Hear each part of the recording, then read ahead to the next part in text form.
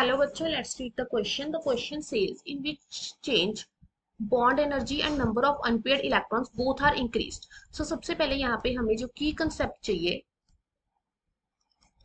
that is molecular orbital configuration.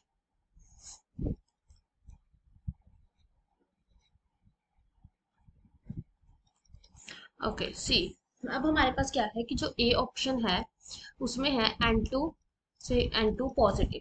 So N2 से जब N2 positive जा रहा है तो हमारे पास सबसे पहले हम N2 की कन्फिग्रेशन लिख लेते हैं. सो N2 में हमारे पास देखो Z14 है तो हमारे पास टोटल नंबर ऑफ इलेक्ट्रॉन्स 14 होते हैं इसमें. तो इसकी जो कन्फिग्रेशन होती है that is sigma 1s two sigma star 1s two sigma 2s two sigma star 2s to then pi 2px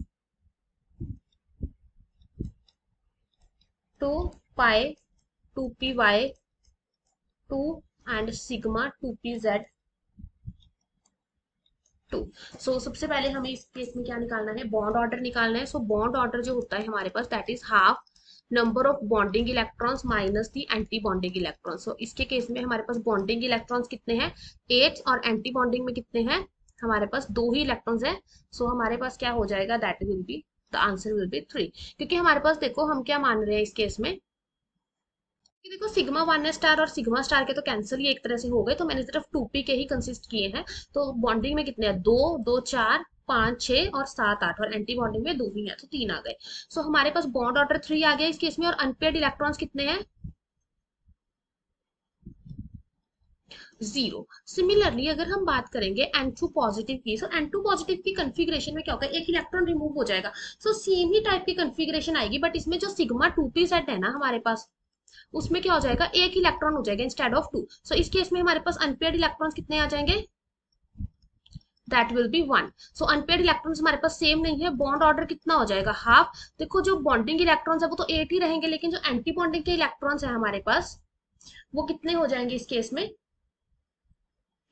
sorry इस केस में बॉन्डिंग के क्योंकि जो इलेक्ट्रॉन रिमूव हुआ है बॉन्डिंग से ही हुआ है. सो बॉन्डिंग के 7 हो गए एंटी बॉन्डिंग के 2 रह रहे हैं. सो ये हमारे पास हो जाएगा 2.5. सो हमारे पास इस केस में बॉन्ड ऑर्डर भी सेम नहीं है. सो हमारा ए ऑप्शन तो करेक्ट नहीं है. बी हम देख लेते हैं. बी हमारे पास है O2 से O2 पॉजिटिव.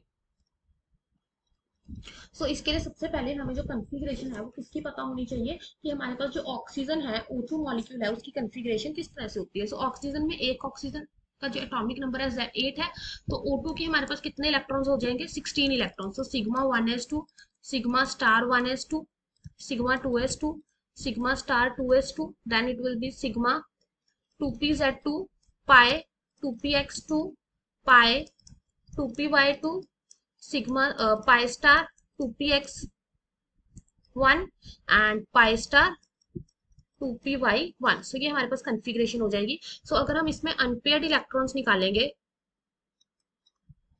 सो वो हमारे पास हो रहे हैं 2. सो 1 और 1 हमारे पास 2 अनपेयर्ड इलेक्ट्रॉन्स आ रहे हैं. और अगर हम इसका बॉन्ड ऑर्डर निकालते हैं so that will be half bonding minus anti bonding. So bonding के हमने 8 ले लिया एंटी बॉन्डिंग में हमारे पास 4 है तो कितना आ गया 2 बॉन्ड ऑर्डर आ गया. अब O2 पॉजिटिव में क्या हो जाएगा एक इलेक्ट्रॉन रिमूव हो जाएगा O2 पॉजिटिव में. और वो इलेक्ट्रॉन रिमूव हमारे पास कहाँ से होगा सो बेसिकली वो इलेक्ट्रॉन रिमूव हो जाएगा हमारे पास पाई स्टार 2py से. सो पाई स्टार 2py से अगर हम 2py से अगर हम इलेक्ट्रॉन रिमूव करते हैं तो हमारे पास बॉन्ड ऑर्डर कितना हो जाएगा it will be half of 8 minus 3 क्योंकि एंटी बॉन्डिंग से इलेक्ट्रॉन रिमूव किया है. सो देखो यहाँ पे भी हमारे पास बॉन्ड ऑर्डर सेम नहीं है. सो हमारे पास ये भी करेक्ट आंसर नहीं आएगा.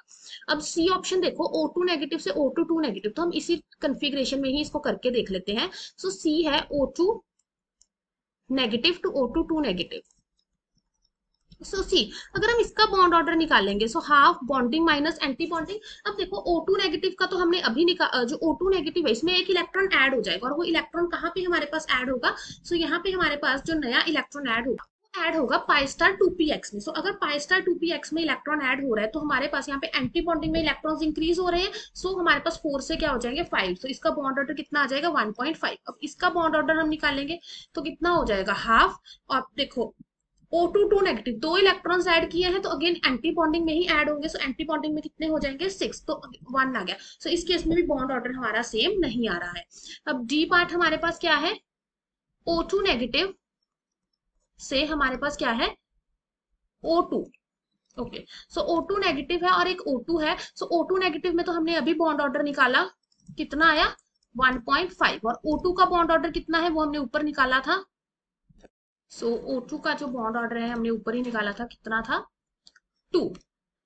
ओके, सी क्वेश्चन में हमसे पूछा गया है कि किस केस में हमारे पास बॉन्ड ऑर्डर और जो नंबर ऑफ अनपेयर्ड इलेक्ट्रॉन्स है ना वो दोनों इंक्रीज करे। देखो जब N2 से N2 पॉजिटिव जा रहे हैं तो जो बॉन्ड ऑर्डर है वो डिक्रीज कर रहा है, ये इनकरेक्ट हो गया। सिमिलर अब हमारे पास डी ऑप्शन देखो, डी ऑप्शन में बॉन्ड ऑर्डर हमारे पास इंक्रीज कर रहा है, 1.5 से 2 पे इंक्रीज कर रहा है, तो हम अनपेयर्ड इलेक्ट्रॉन्स भी देख लेते हैं। अगर हम बात करते हैं O2 नेगेटिव की, O2 नेगेटिव में हमारे पास कितने अनपेयर्ड इलेक्ट्रॉन्स आएंगे 1, और O2 में कितने अनपेयर्ड इलेक्ट्रॉन्स आएंगे। अगर हम ऑक्सीजन की बात करते हैं तो इस केस में हमारे पास 2 अनपेयर्ड इलेक्ट्रॉन्स है। अनपेयर्ड इलेक्ट्रॉन्स भी इस केस में इंक्रीज हुए हैं। इसका जो करेक्ट आंसर आ जाएगा दैट इज ऑप्शन डी, क्योंकि इसमें नंबर ऑफ अनपेयर्ड इलेक्ट्रॉन्स भी इंक्रीज कर रहे हैं और बॉन्ड ऑर्डर भी इंक्रीज कर रहे हैं। अब देखो यहाँ पे हमारे पास जो है सी ऑप्शन, इसमें देखो बॉन्ड ऑर्डर डिक्रीज कर रहा है।